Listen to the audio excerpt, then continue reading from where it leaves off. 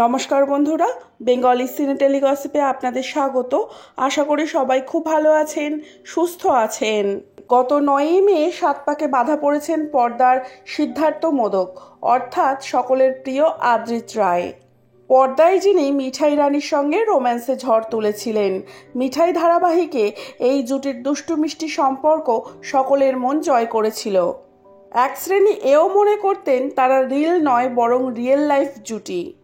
তবে বাস্তবে তেমনটা হয়নি। সৌমিত্রিষা ও আদ্রিতের মধ্যে সম্পর্কের খবর যখন সোশ্যাল মিডিয়ার পাতায় পাতায়, তখনই জানা যায় কৌশাম্বী চক্রবর্তীর কথা। আদ্রিত মন দিয়েছেন তাকেই। তারপরে শুরু হয় নয়া সফর। আদ্রিত বরাবরই নিজের জীবন প্রচারের আলোর বাইরে রাখতে চেয়েছেন। ব্যক্তি জীবন নিয়ে খুব একটা মুখ খুলতে দেখা যায়নি তাকে। অন্যদিকে সৌমিত্রিষা বেজায় চনমনে, খোলা মনে সব প্রশ্নের উত্তর দেওয়ার চেষ্টা করেন।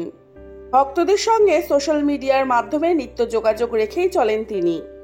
তবে আদ্রিতের বিয়ের আসরে মিঠাই পরিবারের সকলকে দেখা গেলেও থাকেননি সৌমিত্রিষা।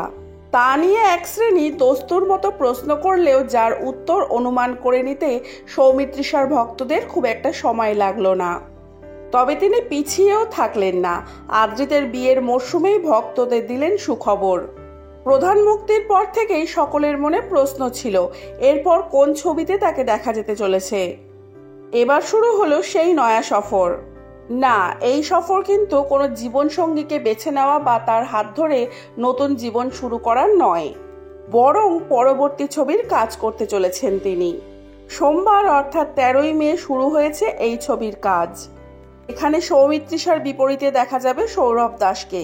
সোশ্যাল মিডিয়ায় সেই খবরই ভক্তদের সঙ্গে শেয়ার করে নিলেন তিনি। বিনোদন জগতের নানান আপডেট পেতে হলে আমার চ্যানেলটিকে সাবস্ক্রাইব করে রাখুন। ভিডিওটি ভালো লাগলে লাইক, কমেন্ট, শেয়ার করতে ভুলবেন না। আজকের ভিডিওটি এই পর্যন্ত। ভালো থাকবেন, সুস্থ থাকবেন। দেখা হবে পরবর্তী ভিডিওয়। ততক্ষণের জন্য টাটা।